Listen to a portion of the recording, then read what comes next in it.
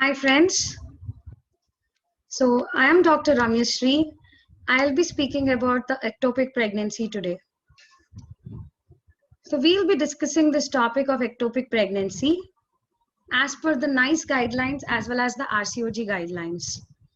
And I'll be discussing what are the types of ectopics we have, and I'll be discussing about the how do they present, how do we diagnose them, and how do we treat them. So these are the different things which we are going to speak in this session. So first and foremost, let's start with the types of ectopic pregnancy. So we all know that ectopic pregnancy means any pregnancy outside the uterine tract, outside the uterus will be called as ectopic pregnancy. So it can be tubal or it can be ovarian, it can be cervical, it can be scar, cesarean scar, and it can be abdominal ectopic also, right? So these are the different types of ectopic we have. Now, speaking about them, the MCQs, the questions which they can ask us here is, which is the most common type of ectopic? The most common type of ectopic is the tubal ectopic. So you can see here, the most common type of ectopic is the tubal ectopic. 95% are the tubal. 95% is tubal ectopic. Among the tube, which is the most common? Among the tube, now it's the ampullary which accounts for 70% of the ectopic. Followed by we have fimbrial, isthmic, and interstitial, right? So am I audible, and is my voice clear?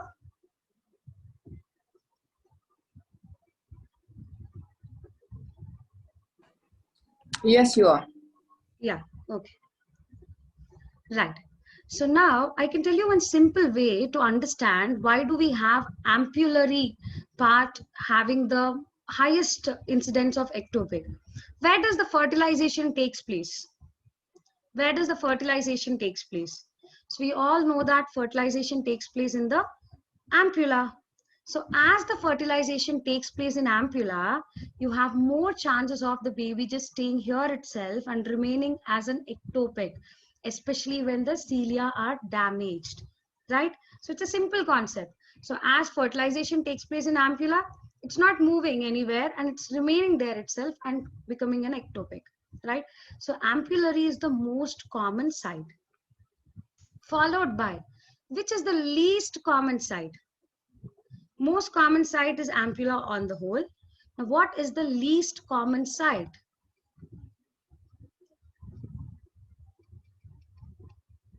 So we can also interact, guys. So anybody want to answer can answer in the chat box.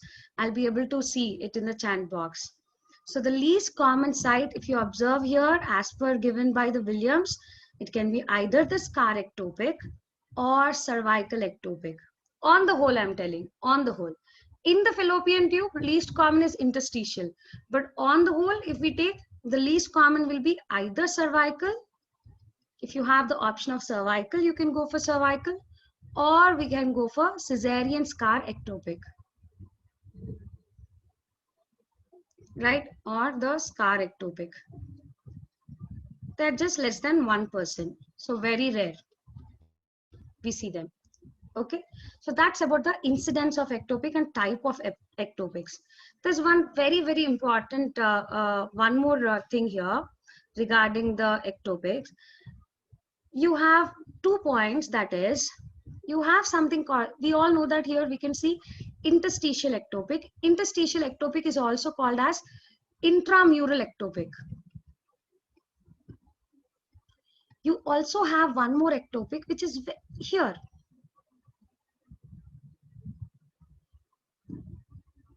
Anybody can tell me when you have an ectopic pregnancy here, when you have a it's not ectopic, when you have pregnancy here, what do you call that as? Cornwall. Excellent. So when you have a intrauterine gestation, Very good. Yes, it's called as Cornwall pregnancy. It's called Cornwall pregnancy. Now, it's very important for us to differentiate between Cornwall pregnancy as well as intramural pregnancy. How do we differentiate between Cornwall pregnancy and intramural or interstitial pregnancy? So how do we differentiate is, from the anterior aspect of uterus, you have the round ligament. Medial to the round ligament is our Cornwall pregnancy. Cornwall pregnancy can be detected sometimes very early. It is going to be intrauterine, but it is just in the process of traveling. So then we can see this Cornwall.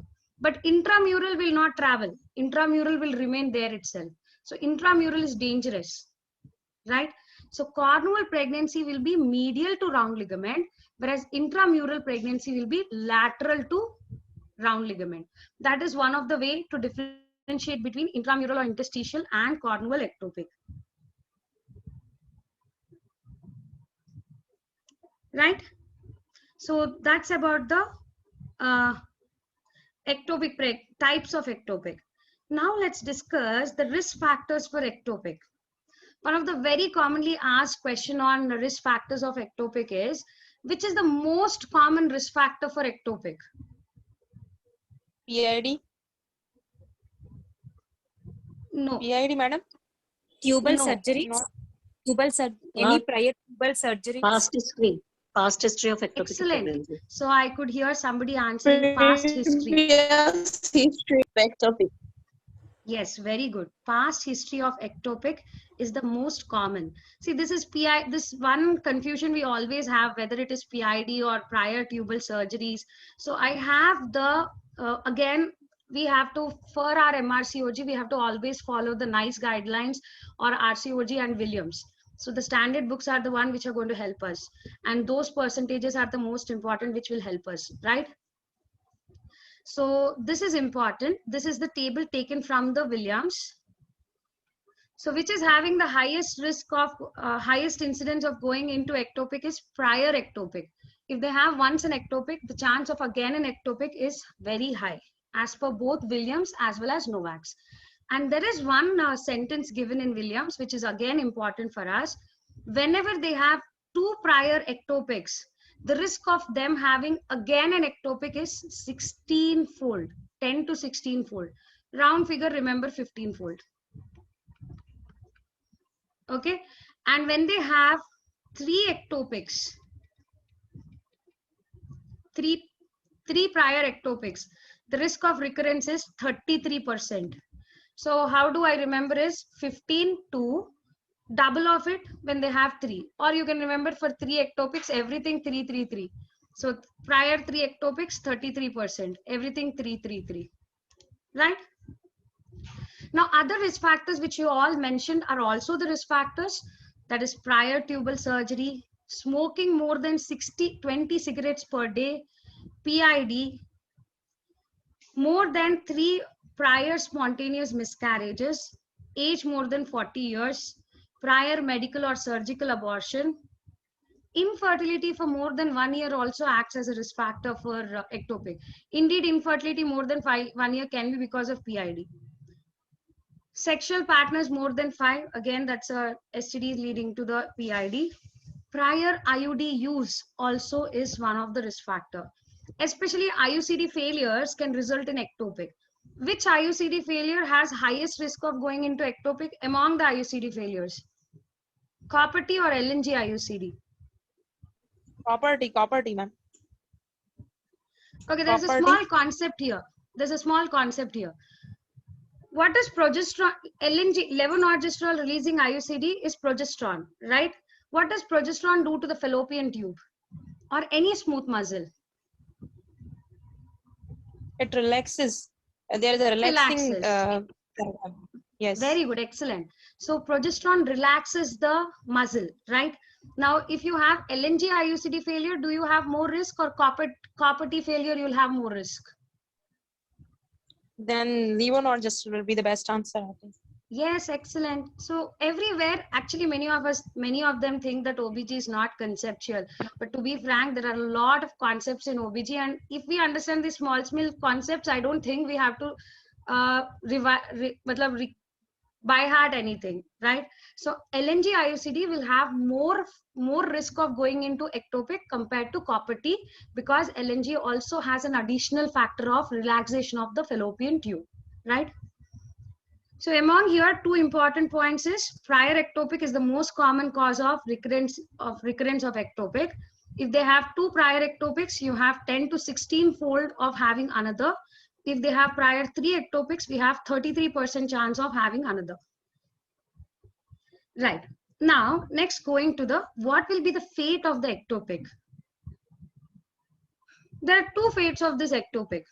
One, it can one fate is something which scares all of us, right? I think we all would have seen midnight cases of ruptured ectopic. Another fate is it can get aborted. So tubal abortion can happen, or it can go for rupture, right? How do a patient present to us with a rupture? So they can give an example, a case of, a clinical case on ruptured ectopic. And which ectopics go for the earliest rupture among interstitial, isthmic, ampullary, and fimbrial, which can go into rupture at the earliest it can rupture? And the isthmic portion? So there again, excellent. So isthmic ruptures by 6 weeks.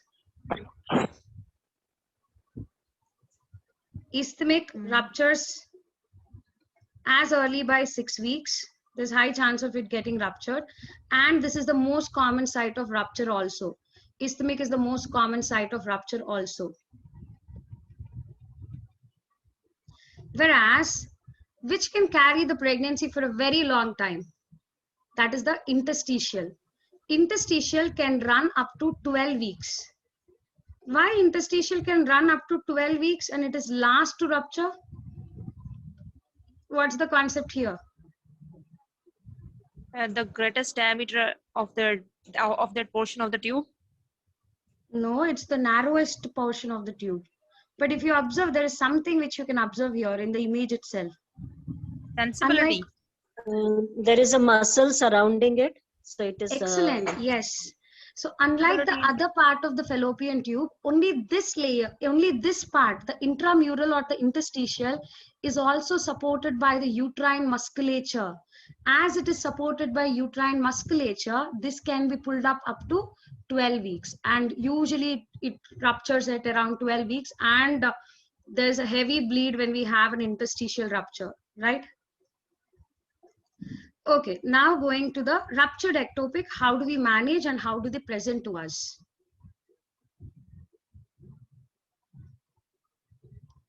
So the clinical presentation of ruptured ectopic, most of the ectopics have this classical triad as per the history if we observe. So they will have a triad of, not most, but 50% of them can present to us with this triad of amenorrhea, pain, and mild bleeding per vagina. To be frank, bleeding per vagina is not a predominant symptom, but ruptured ectopic में the predominant symptom is pain.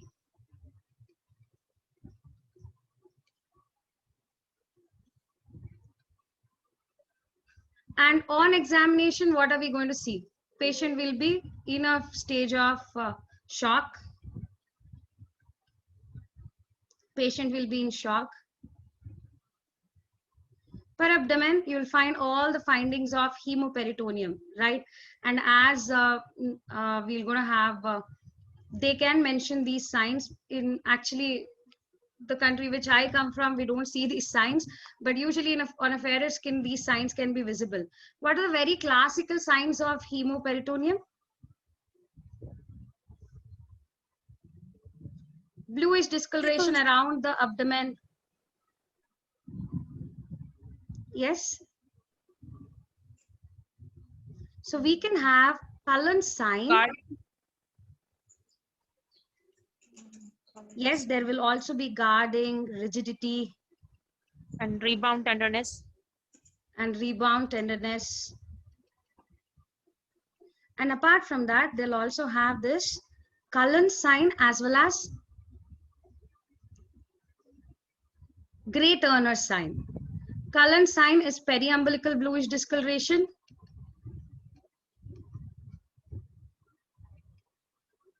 Whereas Gray Turner sign is bluish discoloration in the flanks.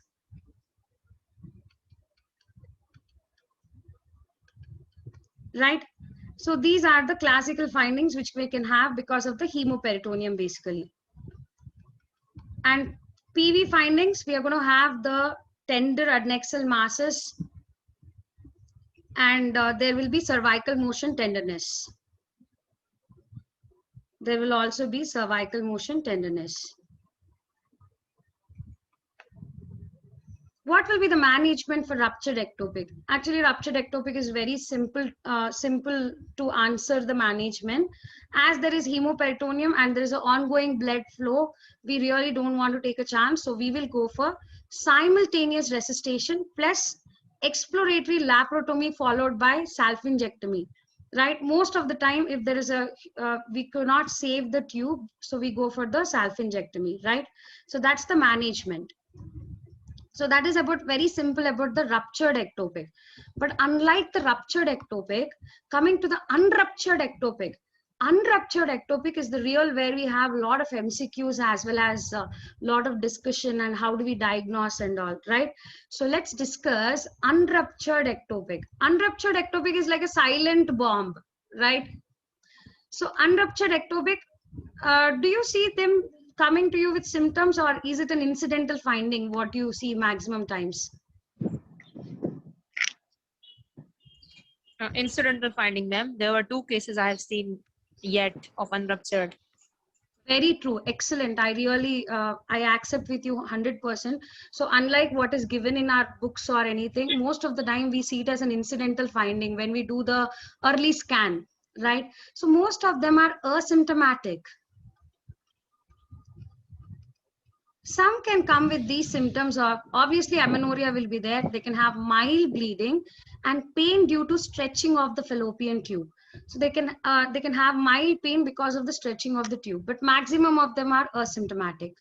Per abdomen, you'll have the tenderness in the lower abdomen, and PV, uterus can be more than the period of amenorrhea, and especially we'll feel a tender mass in the adnexa or the fornix, right or left fornix, whichever side we are having the ectopic. Now, how do you diagnose the ectopic? So this can be asked as an MCQ, which is the most important diagnostic tool for diagnosing the ectopic? Ultrasound. So as per the NICE guidelines also, as per the NICE guidelines, transvaginal ultrasound is the diagnostic tool of choice for tubal ectopic pregnancy. And so this tubal ectopic pregnancies should be positively identified, if possible, by visualizing of an adnexal mass that moves separate to the ovary. So while you are doing the TVS or while doing pervaginal examination, it's always better if you can visualize that adnexal mass is moving separate from the ovary, so that we have a clarity that this is not ovarian, this is separate from the ovary, that's the fallopian tube mass, right? This is also something which is recommended by the NICE guidelines. And on TVS, sometimes inside the uterus will be completely empty, but inside the uterus sometimes we can visualize some sac. What is that called as? This is not the uterus. Excellent. So on TVS, uterus will be empty, but there can be a pseudo sac. How do you differentiate the pseudo sac from the gestational sac? Is that is a true gestational sac will be, it will be central in position, and there will be no double decidual sign. There will be no double decidual sign.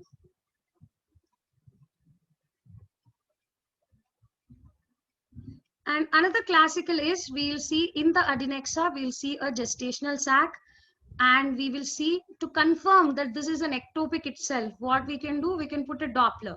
On Doppler, you will see increased vascularity around the gestational sac. This is called as ring of fire appearance. Ring of fire appearance. Actually, if we are very lucky, we'll see all this very beautifully, right? The ring of fire and empty uterus with a sac in the adnexa. But certain times we are not very lucky, and we can have, I have seen 1 or 2 cases like this also, to be frank, where UPT is positive. UPT is positive, but no sac either in the uterus or in the fallopian tube. What do you call this condition as? Pregnancy of unknown location. Excellent. This is called as pregnancy of unknown location.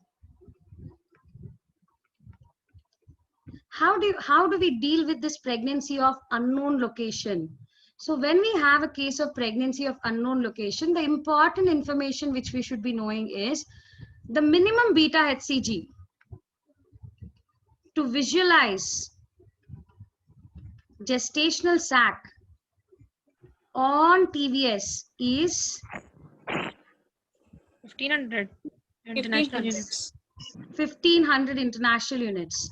So as soon as we have UPT positive but no sac on the scan, you should always go for measuring the beta HCG level, serum beta HCG.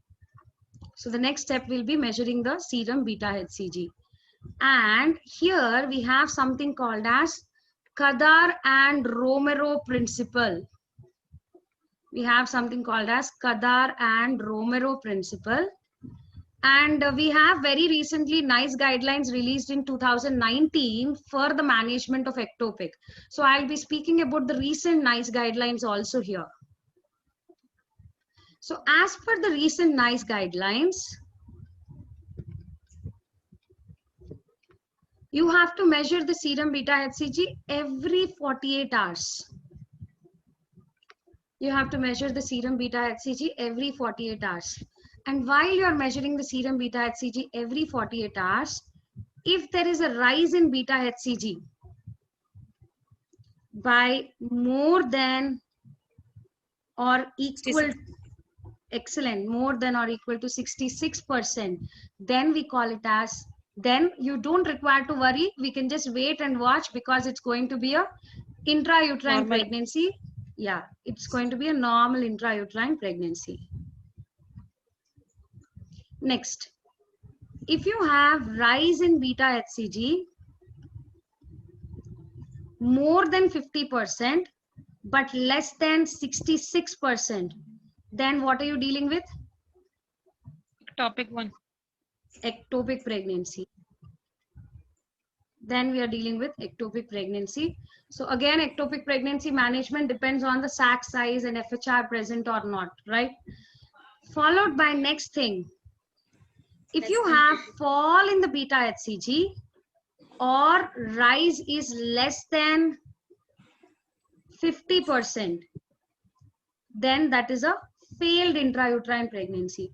You can also call this as biochemical pregnancy, because it's only showing UPT positive and a mild rise of beta HCG, but this is never going to form a gestational sac, right? So it's a failed intrauterine pregnancy or a biochemical pregnancy. So this is how we manage the pregnancy of unknown location. I have seen many questions on this part, guys. The beta HCG rise, and this 66% is called as discriminatory zone. It's called as discriminatory zone, right? Okay, next. Now, once we make the diagnosis, how do we manage? How do we manage? This I just picked up one of the laparoscopy image of the unruptured ectopic.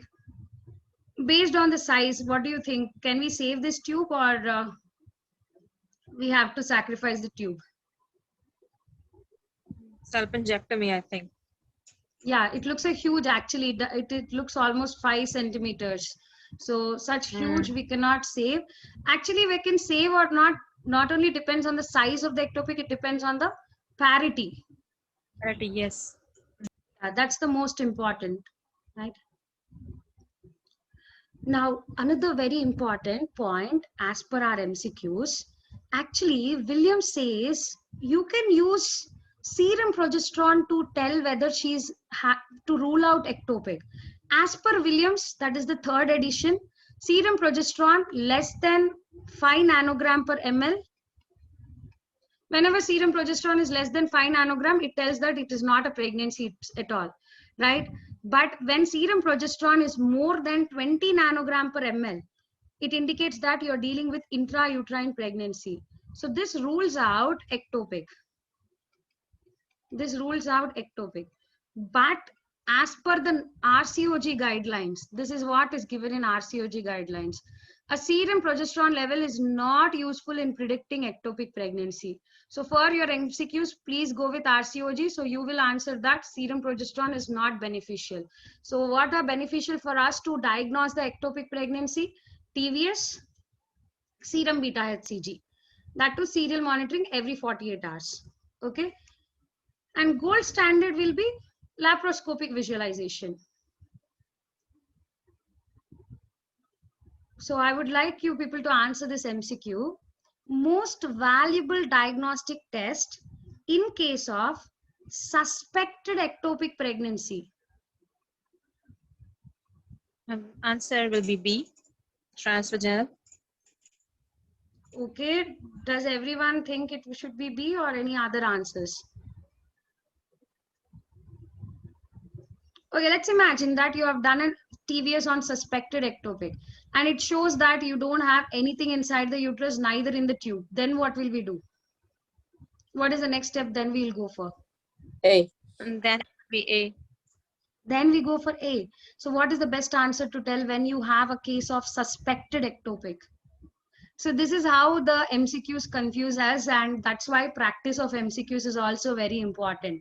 So if you have suspected ectopic, the most valuable diagnostic is serial beta HCG levels.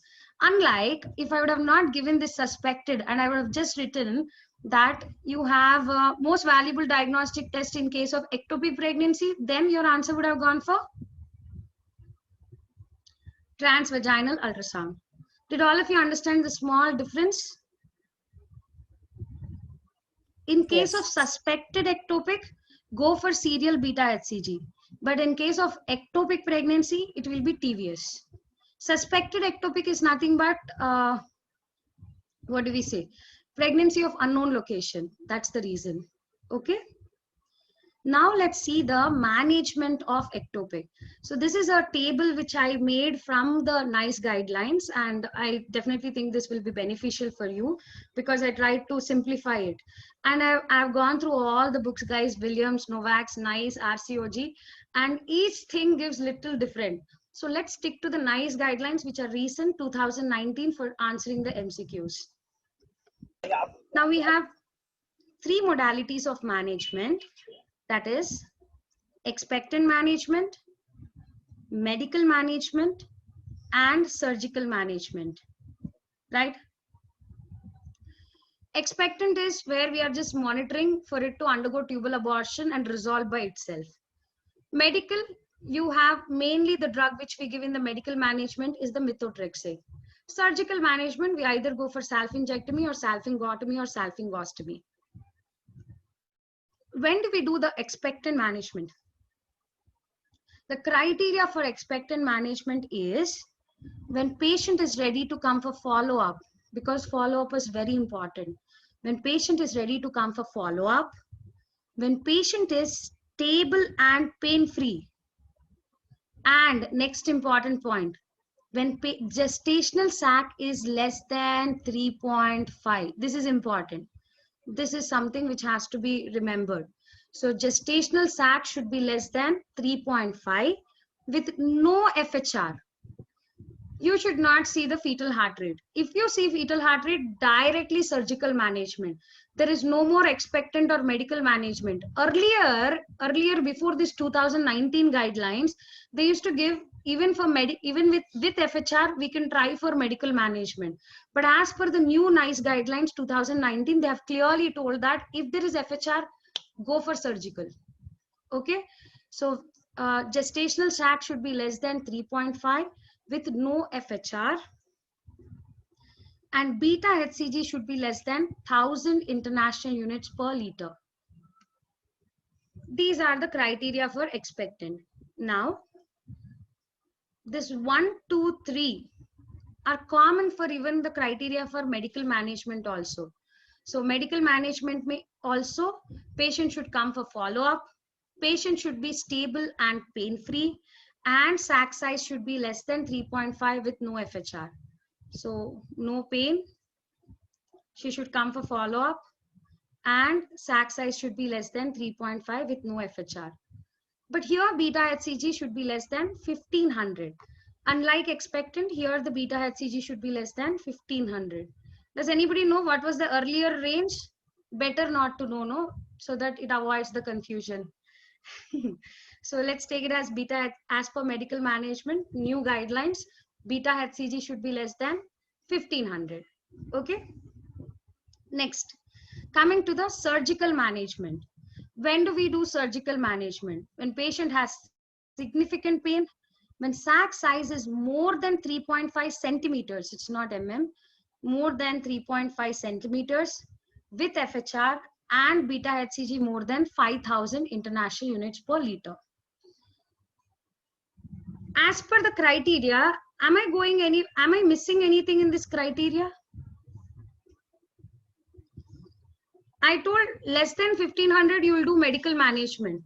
I told more than 5000 you'll go for surgical management. So what do you do between 1500 to 5000? So if beta HCG is between 1500 to 5000, you can either go for medical management or surgical management can be offered. That depends again on the patient. Now, if you have a primary, somewhere 2500, sac size less than 3.5, what do you prefer, medical or surgical? Surgical. I think for primary gravida, better is going to go for a medical, no? Unlike, let's also take one more example. Let's take there's a gravida for para 3, living 3. And same, 2.5 centimeter sac size, but beta HCG somewhere 2500. Now you can either do surgical or you can either do medical. When family is completed, I think I prefer going for surgical. I'll go for a complete self-injectomy so that there won't be any recurrence, right? So the parity and the other circumstances will decide what to do, whether it will be medical or surgical, when beta HCG is between 1500 to 5000. Okay. So you can either offer medical or surgical can be offered. Now, what is a drug which we prefer for medical management is methotrexate. I'll speak about this also once again. So regarding the methotrexate giving, you have two regimens for methotrexate. You have single dose regimen and you have multi-dose regimen. What is commonly practiced is single dose or multiple dose.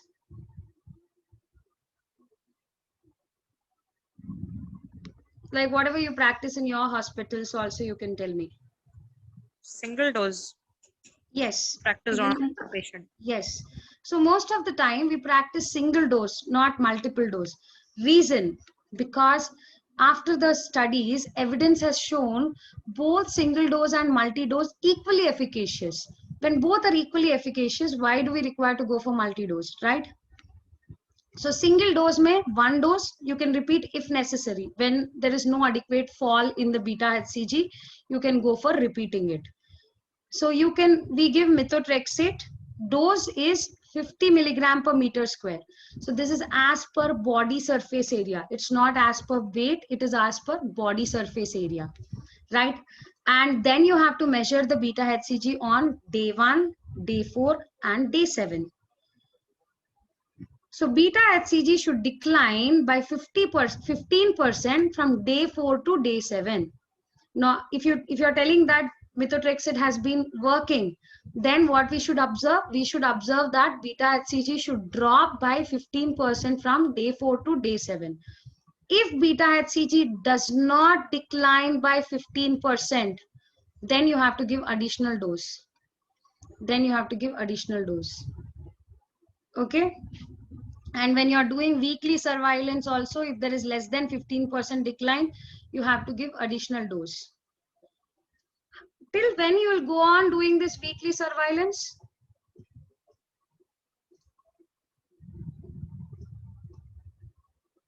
So you will go on doing this weekly surveillance till beta HCG will become undetectable. Till beta HCG becomes undetectable, we can go for a weekly surveillance, right? Now, next very important is regarding the multi-dose, up to 4 doses of both drugs until serum beta HCG declines by 15%. So you give 4 doses and the dose is 1 milligram per kg on day 1, day 3, day 5, day 7.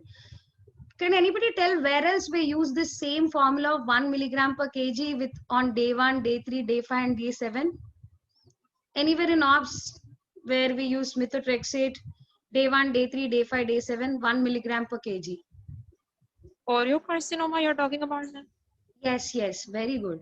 Even in choriocarcinoma also we give 1 milligram per kg on day 1, day 3, day 5, day 7, alternating with leucovorin. That is 0.1 milligram per kg on day 2, day 4, day 6, day 8.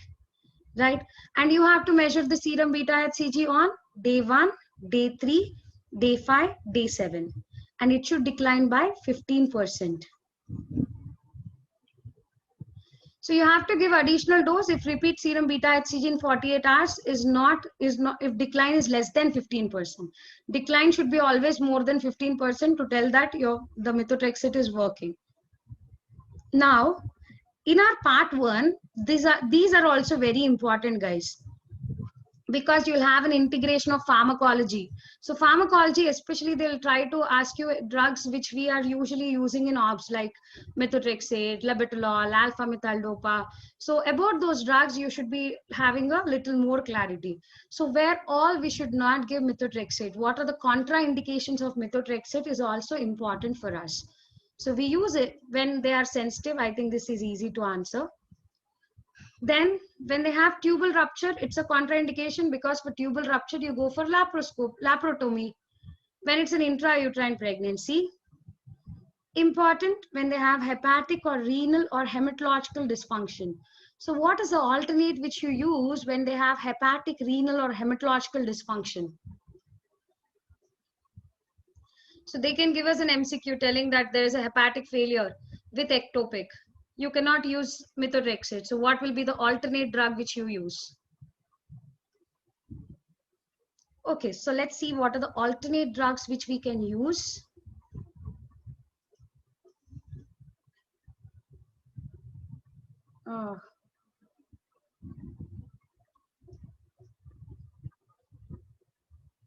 So the alternate drugs are, I have a mnemonic for this. So whenever methotrexate cannot be used, you can always use actinomycin, guys. We use actinomycin if there is a hepatic failure or something. Okay, what are the alternate drugs for the ectopic? Very rarely used, but can be asked are PGF2 alpha, mifepristone, actinomycin, vasopressin, and KCL. We can inject the KCL. So my mnemonic for this is, most postgraduate males are very knowledgeable. I don't agree to this, but just a mnemonic for us to remember. So most postgraduate males are very knowledgeable. Methotrexate, we all know. P, PGF2 alpha. M is mifepristone. A, actinomycin.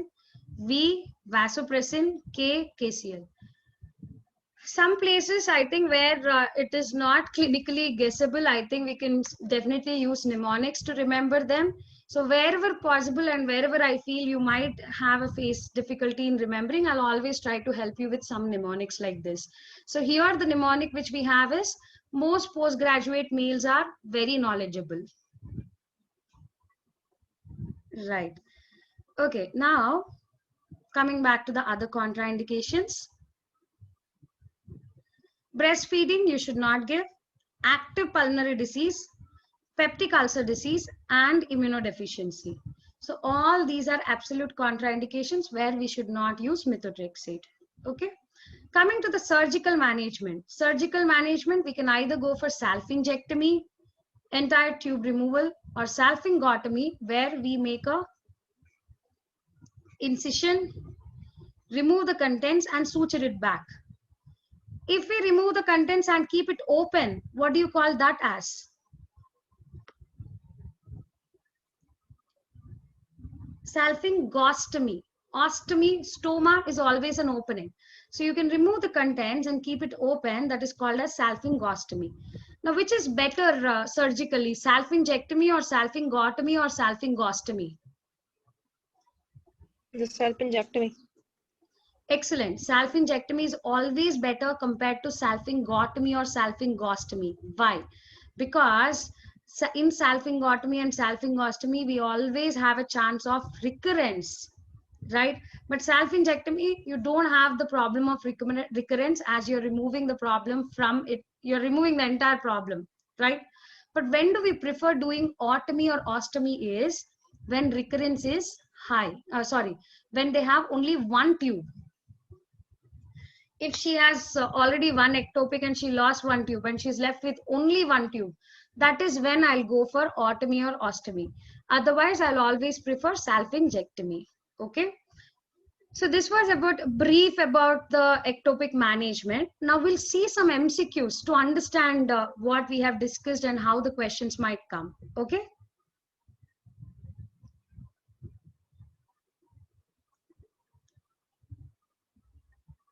So I hope you all could memorize the points here, because based on this, I'm going to ask the MCQ. Very simple, guys. Just remember this: less than 3.5 with no FHR is medical or expectant. More than 3.5 with FHR is surgical. Beta HCG levels 1000, 1500, 5000. Okay. Let's see the MCQ now. Patient age 31 years. Old, Gravida 3, Para 2, Living 2, diagnosed by ectopic pregnancy in the left tube with size of mass 4 centimeters with positive FHR. Patient has mild lower abdominal pain. What is the management? B. B. Right. So I hope all of you agree with B. Yes, I see also in the chat box that majority of you are answering B. Excellent. So B is the best answer here. Why? Because size of the mass is more than 4 centimeters, and the cutoff of the size of the mass we have read till now was 3.5. Apart from the size of the mass, what is another thing which is against our medical management is positive FHR. So for positive FHR, we'll never go for any medical management. Why are we preferring, see, this is why important, why we should know that it is ectomy or otomy. Why are we preferring ectomy? Because she's Para 2, Living 2. I'm really not bothered about her tubes anymore, right? So that's why we're going for left salpingectomy. Okay, let's see one more MCQ.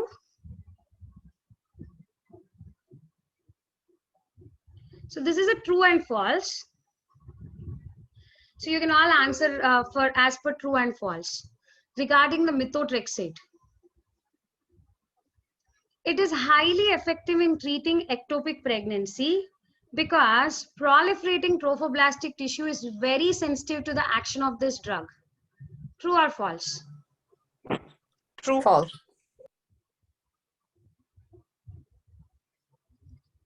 True. True, because yes, true. I think because the proliferating trophoblastic tissue will be sensitive to that, now. Methotrexate. Yes, very good. Correct. Excellent. So this is absolutely true because methotrexate is nothing but a anti-neoplastic drug. It's an anti-folate and anti-neoplastic drug. These anti-folate drugs or the anti-neoplastic drugs are always target on the growing cells, right? So as there is a proliferative trophoblastic tissue, it is very sensitive to this action. So it's absolutely true. Single dose regimens are as effective as multiple dose regimens with fewer side effects. This just now we discussed. What is the take on this sentence? True or false? True. Excellent, true. So that's why we also, all of us also practice using the single dose regimen. There is an increase in the rate of miscarriage following treatment with methotrexate for ectopic pregnancy. Any comment? You can either tell true or false depending on whatever you think. False. Yes. So we don't observe any increased miscarriage after the methotrexate. Okay. So this is a absolutely false statement. Methotrexate is going to act in this pregnancy. The effect won't last for the next pregnancy, right? It can be used to treat patients with persistent trophoblastic tissue following salpingotomy. So many times after you do a salpingotomy where you removed all the contents and you sutured it back, there is a chance of some trophoblastic tissue being left. You cannot evacuate everything. There is always a chance, right? So that time I don't want to go for a resurgery. So what will I do? I will give methotrexate. So this is an absolute true statement. It can be used safely in women with hepatic dysfunction. False. That is one of the False. contraindication. Yes, excellent. So this is a false. Hepatic, renal, pulmonary, we can't give methotrexate. Okay, one more MCQ we'll see.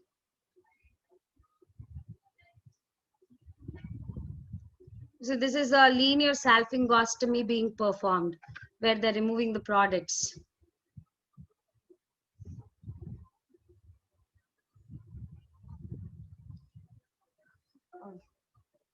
Just a minute.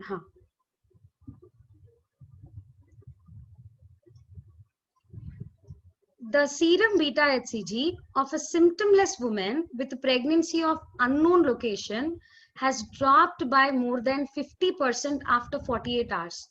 What is the next step you advise?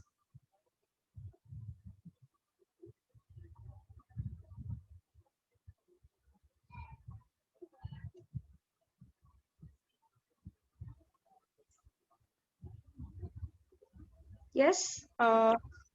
Answer will be A. If she's dropping more than 50% after 48 hours, then she must come after 14 days. It will be maybe she's miscarrying the pregnancy. Very good. So whenever there is a drop by more than 50%, what is your diagnosis? A miscarrying pregnancy or abortion. Yeah, failed pregnancy. It's not at all forming as a pregnancy, right? So we read that three things, Kadar and Romero principle. So whenever it is rise more than 66%, you should think of intrauterine. If it is rise between, if it is more than 50 but less than 66, ectopic. But when there is a fall of more fall or there is a rise less than 50, like in this is a failed pregnancy. So as it is, there is no baby only being formed. So you don't require to do anything like repeat beta HCG or Doppler scan or cancer antigen. These are all not done. So what do? You can call her after 14 days and repeat a UPT. So it should come negative, right? So this is the pattern of MCQs which we can observe. One more MCQ we'll see.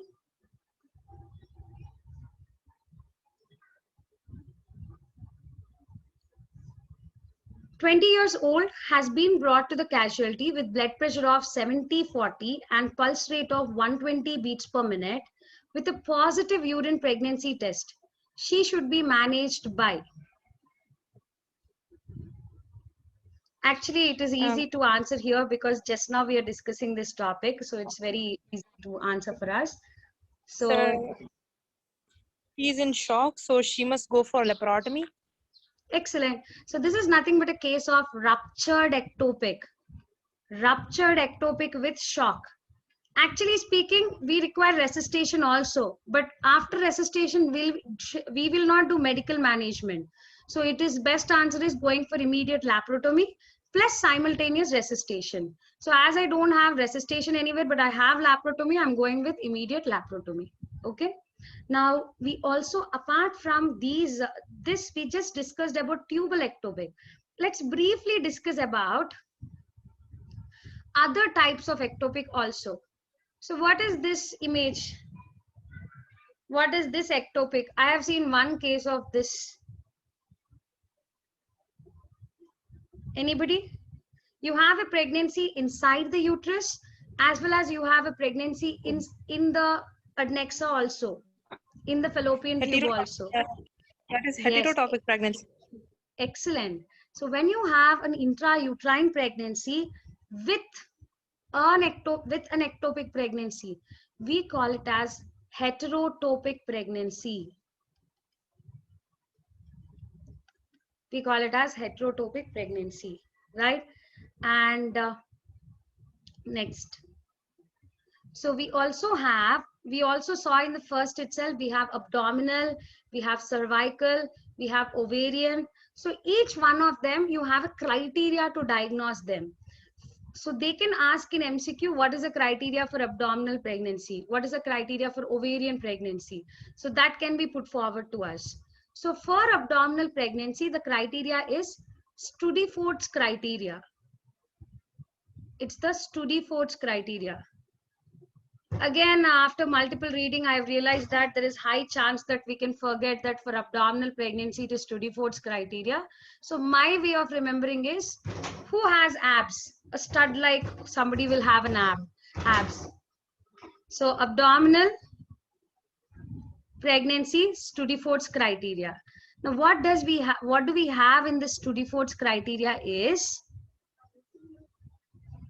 so presence of normal tubes and ovaries with no evidence of recent or past pregnancy, because it should not be a pregnancy getting aborted and getting implanted in the abdomen. So there should be presence of normal tubes and ovaries.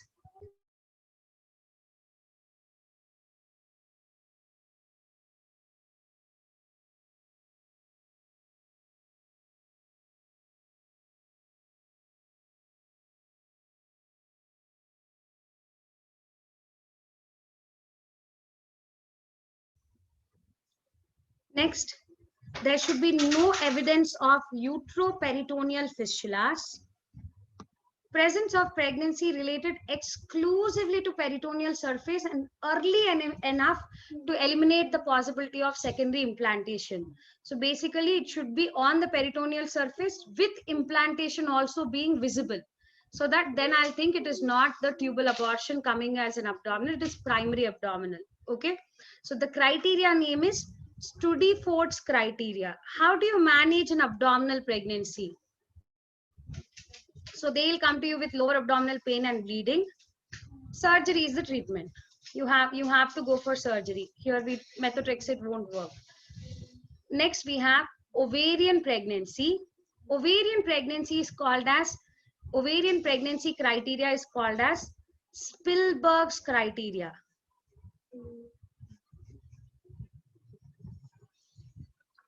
Spielberg's criteria. So in this, the fallopian tube on the affected side will be intact. Fetal sac must occupy the position of the ovary. How do you know that it is occupying the position of the ovary? The ovarian tissue should be located in the sac wall. So fallopian tube should be intact. Sac should be in the ovary. Ovarian tissue should be surrounding the sac wall. And ovary must be connected to the uterus by ovarian ligament. And what is the name of this criteria? Spielberg's criteria. Next, you also have cervical pregnancy.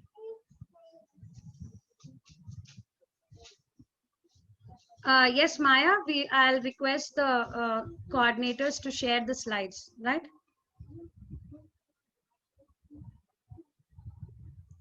Next, we have the cervical pregnancy. So cervical pregnancy, we have the Rubin's criteria, or we also call it as Palmer's criteria. So mainly we use the USG criteria nowadays, which is nothing but the Parmans criteria. So what is the presentation of cervical pregnancy? It is painless vaginal bleeding. Shall we recollect one thing? Which ectopic was least common? Abdominal, sorry, it was This one. cesarean scar or Cervical. Yes, cervical. So cervical and cesarean scar was less than 1%, whereas abdominal was 1%. So least common is cervical, right? So here, what is this Parmans criteria? Let's see that. So you should have echo-free uterine cavity, or you should just see the pseudo sac, right? Next, hourglass uterine shape. Why do we have hourglass uterine shape? Because of the bulging of the cervix. Bulging of the cervix. Ballooned cervical canal. Sac should be in the endocervix with placenta also in the cervix. With placenta also in the cervix. And closed internal os. Why is it very important that os should be closed? If os is not closed, what becomes a DD for cervical pregnancy? If os is not closed, can't we? incomplete abortion. Yes, we will get confused with incomplete abortion, because in incomplete abortion, probably you're doing the scan in the process of abortion and you have the sac in the cervix and os is open, it is just going to abort. So getting the incomplete abortion diagnosed as cervical pregnancy is scary, because incomplete is simple management, right? So very important criteria for cervical pregnancy is os should be closed. Os should be closed, right? Next is, so how do we manage this is also important for us. First choice will be methotrexate, then followed by you can go for surgical. In surgical, you do the curettage, followed by you have to put a cerclage. Okay. And if there is a heavy uncontrolled bleeding, we might require to go for arterial embolization also. So this is about the less common but other types of ectopic. So this is everything about, in brief, about the ectopic pregnancy and ruptured ectopic, unruptured ectopic, management of ectopic, as well as how do we diagnose the criteria for the ectopic and other types of ectopics. So any doubts? And we also have our coordinator who will speak to you regarding the part 1, how to, and how we are going to help you all. So any doubts before she takes over?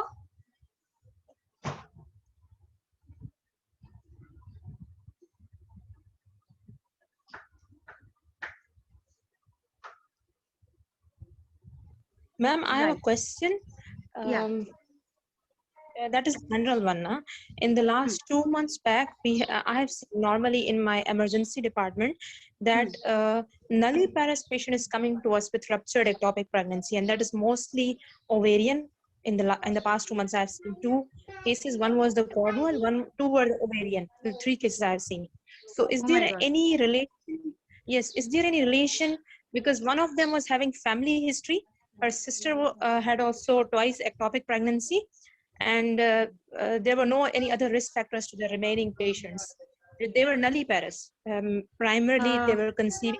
They didn't take any treatment of ovulation induction or so forth. Any other risk factors were there.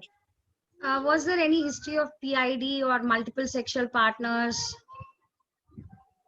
I didn't go through multiple sexual partners because most of the people, even they don't like to Yeah, give that's it true. regarding this So matter. family But there history was no- has family history has no role of actually speaking, no role of ectopic. Probably she had previous PIDs, or I have also observed this, mainly unmarried girls also coming, and nulliparous women coming with ruptured ectopic who used multiple emergency contraceptives. This also I have observed in my practice also, when they have recurrently used LNG, like now, and she thinks she missed her, she has unprotected intercourse, she has taken an LNG. So repeated unprotected emergency contraception can be one reason if we take out the history. So probably Dr. history Ramya? of PID. Yeah. There is one thing which I think what she's bringing out about the relationship in the Mhm. family. There Yeah. can be the possibility of the length of the tube. Most of the time, it is seen that if the length of the tube is either very long or very short, these people are more prone for ectopic. So probably that may run in the family because that will be considered as a variation. Actually That could be speaking, one of the actually possibilities. from your idea, I can correlate one more important point. Uh, More than length, I think we can think of cartigenars also. Cartigenars is immotile cilia syndrome, which can be there in the families where the cilia doesn't Yes, move and they are prone for yes, ectopics. So this yes. But it also is you also can seen in the rule research, out. and I think in couple of cases where the length of the tube is either very long or Yeah, long. short. True, Yeah, true, yeah. true. That's also true. So I think next time when you get repeated cases, I really you can work upon that point regarding the length or the whether they have this cartigenars. So thank you guys. I hope you enjoyed the session and you could. I was clear. I was able to help you all in making you understand the ectopic pregnancy. So I'll also be coming for the MRCOG part 1 for you to help in the anatomy and genetics and clinical management MCQs. I'll be helping. And apart from that, you can also use the Facebook as well as Telegram, and you can tag me there. I'll always be ready to help you for any MCQs or any in your preparation for anything, right? Thank you guys. Now Mafia will take over and discuss about our program. Thank you so much, Dr. Ramya, for the informative session. It was really, really lovely session. Thank you, Mafia. Hello, everyone. Hope you all are doing well. I am Mafia from the backend team of MedExam Expert. Today, I'm here to guide you all about our MRCOG1 course. So let's discuss about it. So first of all, let me tell you that it's a 3-month course, which is starting from 16th of March, 2021. We will have 3 brilliant minds to guide you all, Dr. Muhammad Helmi, Dr. Dazri, and Dr. Ramya. In a 3-month regular course, you will have live sessions, topic tests, mock exams, session recordings, and the study group. In our live session, you can directly interact with your mentor. After the live session, you can test your preparation to this topic test. Once you will complete your course, you will able to solve this mock exam, which is exactly like your real exams.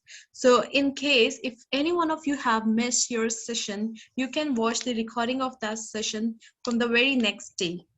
Then we have a study group where you can interact with your students, with your study partners, with your mentor. If you have any query, you can discuss over there.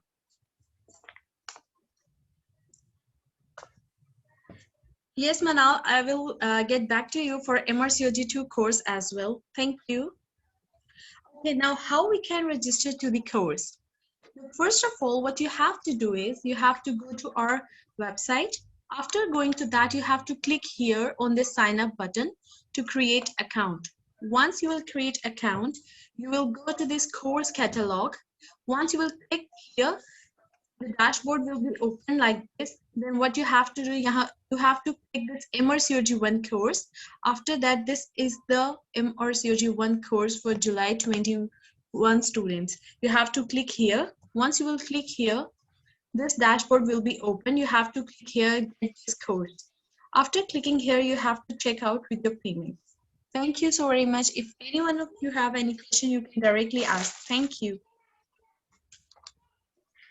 Yes, team already has shared, Dr. Ali's team has already shared the registration link. You can check that in your chat box. Thank you. Yes, Dr. Manal, team shared the contact number. You can contact for any course, for MRCOG2 course as well. Thank you. Yes, definitely, Dr. Laya, we will definitely give you discount because you are 2 people. So we will definitely accommodate accordingly. Thank you.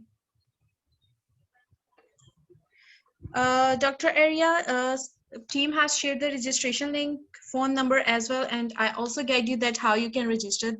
Here it is, that what you have to do is you have to go to our website. Once you will go to the website, here you have to click on Immerse UG 1 regular course July 21. Thank you. If you still face any issue, you can contact us. Links are there, contact numbers are there, you can contact us. Thank you. I think we are done with this, Dr. Ramya. If anyone have any other question, please let us know. So thank you all, guys. Thank you for being great participants. And I hope Mafia helped you all how to register. So thank you, guys. Thank you, Mafia.